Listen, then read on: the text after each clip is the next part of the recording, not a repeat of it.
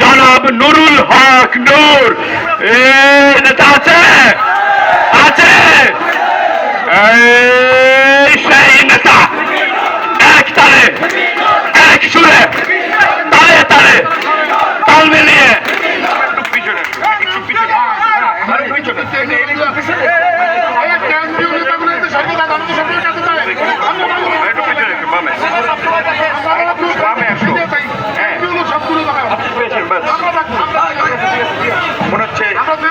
ইতিহাস ঐতিহ্যের অবিচ্ছেদ্য অংশ গোপালগঞ্জে প্রথমবারের মতো আসতে পেরেছি।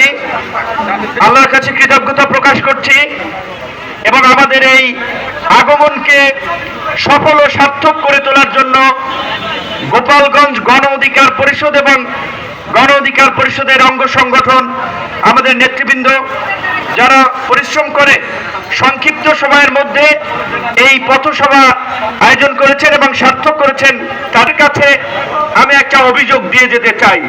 সেটি হচ্ছে, আমরা বাংলাদেশের অত্যন্ত একটা কর্তৃত্ববাদী শাসনের সময় ফাঁসিবাদের উত্তল দিনে লড়াই করেছি, রাজপথে মিছিল করেছি।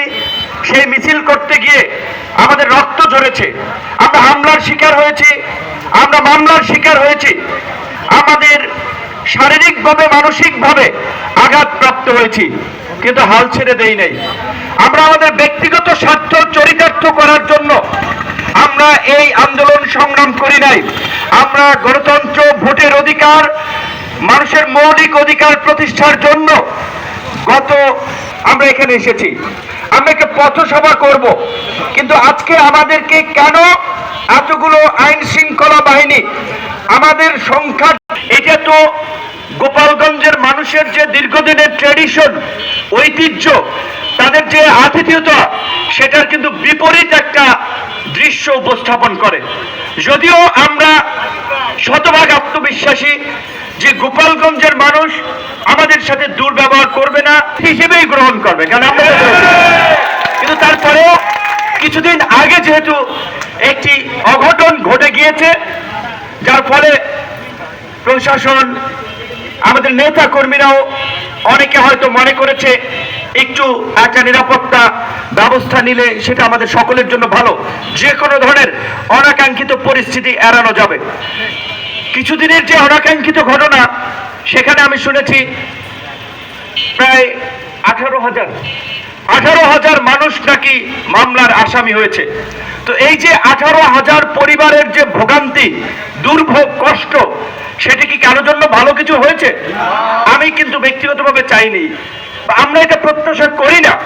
সুতরাং আমি আমার প্রিয় গোপালগঞ্জের ভাই বোনদেরকে অনুরোধ করব, আপনারা দেখে 16 বছরে আমি দুঃশাসনে অসংখ্য মা বোনের কোল খালি হয়েছে, আমাদের অসংখ্য ভাই বোনেরা গুম হয়েছে, 6 শতাধিক মানুষ, 3,500 মানুষ বিচার বহির্ভূত হত্যাকাণ্ডের শিকার হয়েছে।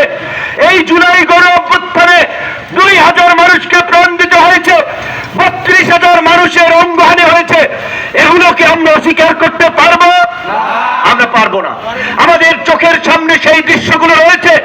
আপনারা সোশ্যাল মিডিয়াতে যান, ফেসবুক, টুইটার, ইউটিউব, বিভিন্ন ডকুমেন্টারি দেখেন কিভাবে নির্বিচারে, নিষ্ঠুরভাবে ওই এপিসিতে গোপালগঞ্জ থেকে আমরা দেখেছি আমাদের ছাত্র নেতাদের যেমনি ভাবে জীবন রক্ষা করা হয়েছে, ওই একই এপিসি থেকে ইয়ামিন নামক একজন তরুণকে মেরে